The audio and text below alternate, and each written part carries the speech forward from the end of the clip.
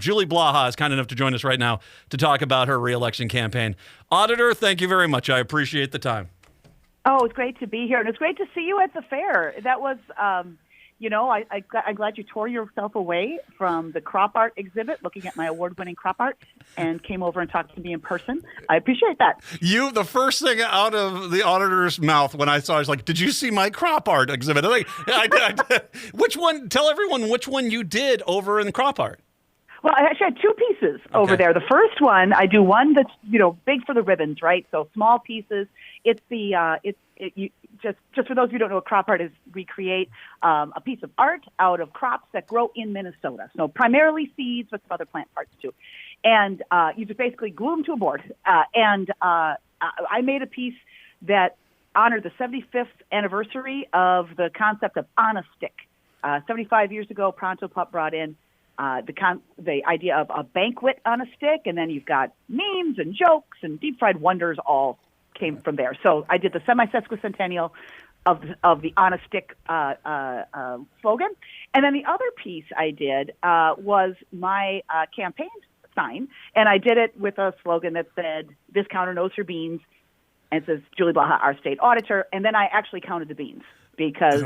I thought that would be great fun. Not as many people found it as fun as I did, but there were 11,625 beans in there, and some of this is I think it kind of demonstrates my approach to budgeting and being careful with money. I spent probably about $20 on the materials for that sign, and I probably got as many eyeballs on that as my opponent, who bought a booth for about $20,000 what he spent on there. So it really is all about being creative and making sure you're being careful with your money. An airplane over the fairgrounds, you say? Well, that's a grand investment.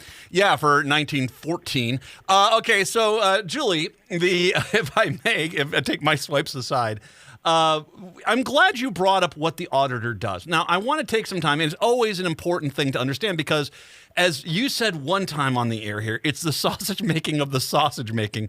Quite literally, you are that person that makes sure that state funds, I mean, it's stuff at a municipal level and a county level that the finances are going correctly, and that is such an important job to make sure there's not mismanagement and misappropriation of funds. Right. We are watching out for fraud, waste, and abuse on about $60 billion at this point. About $40 billion of that is local government funds, and about $20 billion is federal funds that we are looking at that go through the state. And our goal is to not just to you have to find waste, fraud, and abuse, but the best work we do is preventing it. Mm-hmm. So our goal is to make sure that you have the controls in place, the processes in place, the transparency in place to prevent those issues in the first place. For instance, so far, just my term in office, we have prevented about $580 million in funds that could have been misused had we not caught it and moved it to the right place. And that's really key. Now, that doesn't always get you headlines. It doesn't always help you stack campaign cash, but it's what makes Minnesota work, especially at a level that helps us protect our freedom to make decisions in our own communities. We really need local government to be effective. It has to work for our communities to work. And that's really the ultimate goal here. There are times you've got to call people out. You've got to hold people accountable. But the best part of our work is stopping problems before they start so that people stay engaged and get to actually lead on the solutions in their communities because they've got the infrastructure that supports that.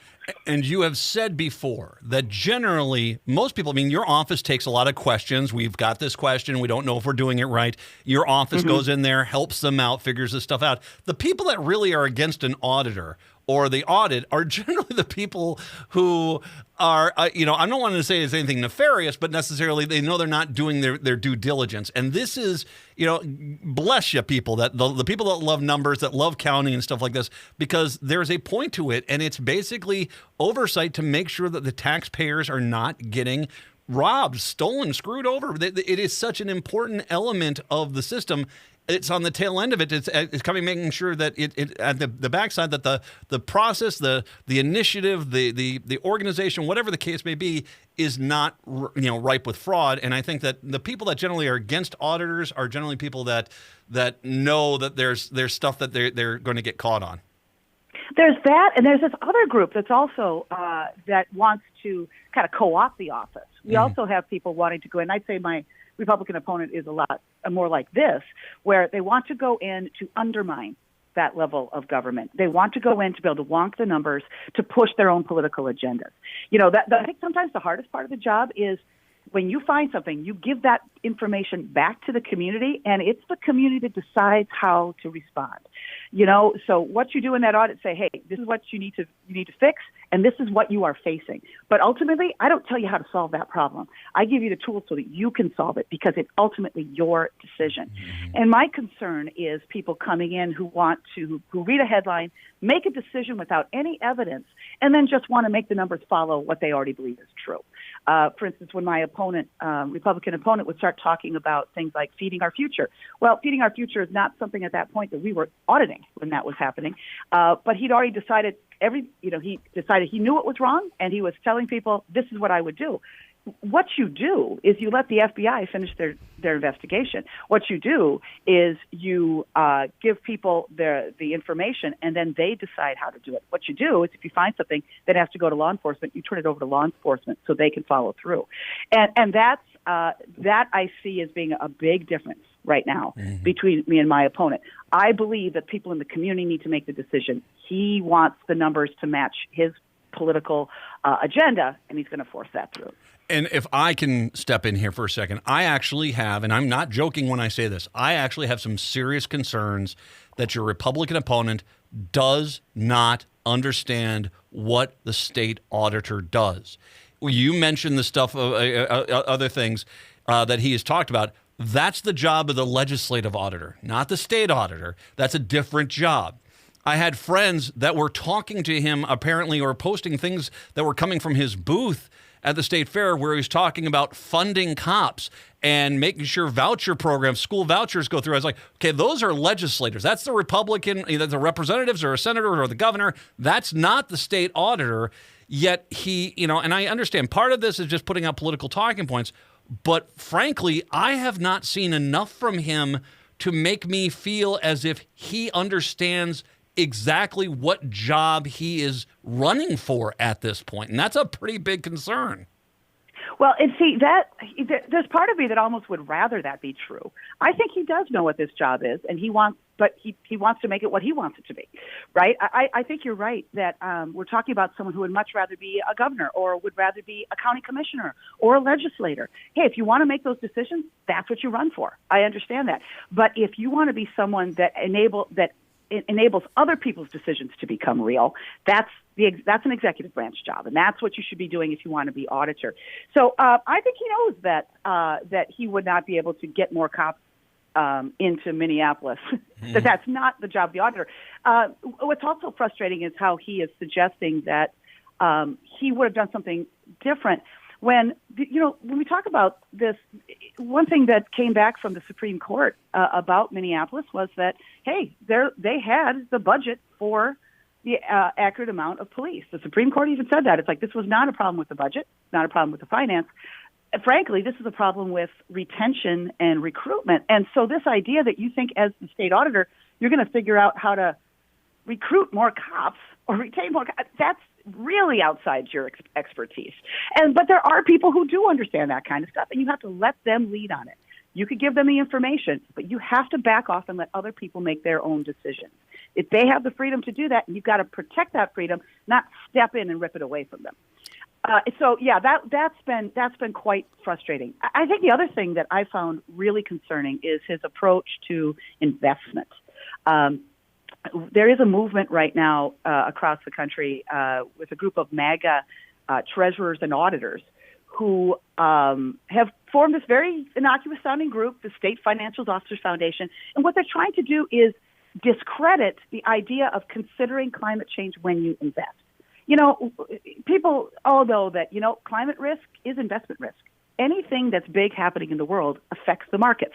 And why this matters to the auditor is I sit on the State Board of Investment. I also sit on the Public Employee Retirement Association. And what we have to do is make sure that the funds are there to keep our promises to police and teachers and nurses and EMTs and all these public servants who've earned it. And what we all know is that you need to consider climate risk in investing, or you are going to you're going to lose money. I mean, it comes right down to it. Considering climate risk may help the environment, but more importantly, more even at a greater extent, it's going to help the bottom line. So, and the evidence of that is just overwhelming. I mean, you've got hardly liberal bastions like Goldman Sachs that does this, or J.P. Morgan. I mean, everyone knows that this is a real risk to consider when you are trying to avoid risk in investments. He's suggesting that he wouldn't do that, even to the point of, in our last debate, suggested, hey, we should have been putting money in coal. Well, that is a terrible idea. The risk is terrible. And the only reason you could possibly discredit that overwhelming evidence would be you're trying to protect big oil, you're trying to protect a polluter. And the person that's going to take the hit for that would be our retirees. And that's absolutely inappropriate. That's a big concern of mine. Julie Blaha joining us, state auditor here. If what your theory is that he knows exactly what the auditor's job is and he's just being dishonest about it when he talks to people about it, it tells you a lot about the character of the individual there. But then what you just talked about really brings up let's expand a little bit more on that last statement you made. Republicans have a notoriously bad habit. We just talked about it in the last hour about jamming money into things which are basically rewarding other Republicans, rewarding ideological, benchmarks for the Republican Party at the expense of whether that's pensioners, retirees, or the state itself with an investment. They'll do this.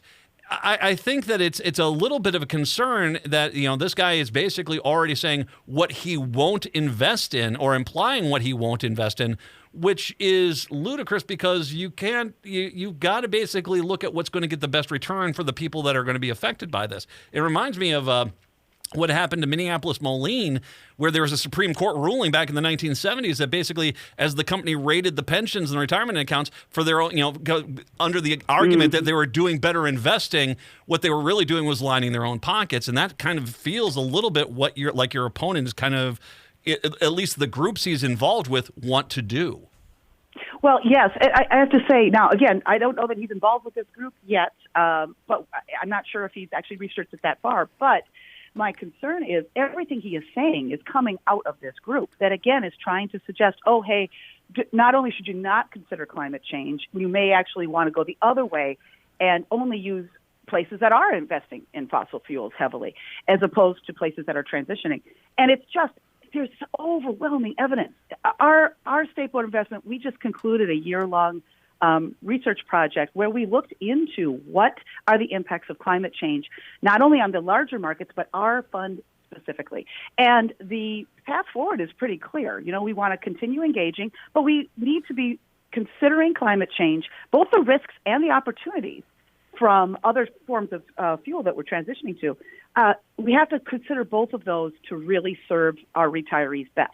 And that is so clear. But to suggest that that's not a good strategy, he suggested that strategy is not popular. It's like Goldman Sachs, I think, knows what's up. I think J.P. Morgan knows what's going on. I think Citibank is not necessarily doing this to be woke. I think they're doing this to make money. And so this is just an obvious strategy. But, again, this is coming from somebody who, bragged about being a Trump election lawyer in the last election and followed a really dubious path to think what he basically got into a little car chase with a 70-year-old election judge and filed a police report on the guy. But the worst part of that is that the police report came back and said, hey, this guy didn't do anything illegal. And he is still telling that story and implying that he did something wrong. And that's the problem. You have overwhelming evidence. This person didn't do anything wrong. And he is still undermining this person. He's still trashing this person. Oh. That's a real person. That's a real person that was doing a really important job. And we cannot have somebody in office that's going to throw good people under the bus for a couple of political points. Well, and hopefully, if he clearly is going down that wrong, I hope they do sue him, the guy. But I will say this, too. When you go back to, he might not have publicly stated he's part of this group. If I see a guy wearing a Packers hat and Packers jersey, and I go up and say, you're a Packers fan, and they say, how dare you say this? Well, it's kind of all over you at this point. You can't really hide it. So I think that's something we got to be careful with him. And I'll get to the exaggerations and stories of Ryan Wilson here in just a moment after we're done talking. I had a friend when I showed him the picture of you and I over at the State Fair, and he said, this is the reason why you have to vote for Julie Blaha. Not only is she an exceptional auditor, but she's also the most fun politician in the state of Minnesota. And so you've got a fan base out there.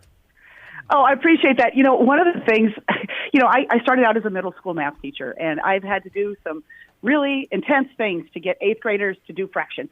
And so, and now I'm at a job where sometimes this information can be a little bit dry, and it can be a little intimidating. And I think that's a worry because we don't want people intimidated by data, or they'll disengage, and then other people will take that power from them. And so I really want to make it so that you feel like you can come to this data, that you know that you have the ability to make a billion-dollar decision in your community, and you don't want to let anybody tell you can't. And so part of my goal here is to use a little bit of humor, use a little bit of fun to connect people with the work that we're doing, to get people involved in their local government. Now, my opponent's response to that was to call me a cheerleader and say that, which I have to say, the middle school nerd in me is just thrilled to be being called a cheerleader. But I know, what he's trying to, what he's trying to suggest is this idea that saying when things are going right as loudly as you say when things are going wrong is a problem. You know what? I'm proud of that. If that makes me a cheerleader, hey, go Minnesota. I'm a cheerleader because, that kind of balance is important. You can't just be there when things are going wrong. You have to enshrine the things that are going right as well. Blaha for Auditor.org, Blaha for Auditor.org. You need volunteers. If people want, lawn signs, all that good stuff, or they want to make a donation to help out your campaign, that's the website to go to, right, Julie? Absolutely. And yes, we welcome everybody to come in because I'll tell you, when you get connected in this race, especially if you take the time to go to doors and talk to people and really hear what people are talking about, you will have more hope, not just for this coming election, but also just for Minnesota in general. If you're feeling like, things are a little stressful, you're feeling a little down, come out with me. We're going to go out to the doors. We're going to talk to your neighbors, and you will have your hope restored. Absolutely. And just talking to Julie Blaha will have your hope restored and a lot of good things that can happen. Like you said, yay, Minnesota. Julie Blaha for State Auditor. Let's reelect her for another term. Blaha for Auditor.org. Blaha for Auditor.org. Auditor, I really appreciate the time. Thanks for joining us today, and all my best on next year's Seed Art competition. You bet. Hey, looking for ideas. Send them my way. You got it. Julie Blaha, kind enough to join us. Let's take a break. Come on back. We'll spotlight that interview as Democrat of the Day. It's the Matt McNeil Show right here on AM 950.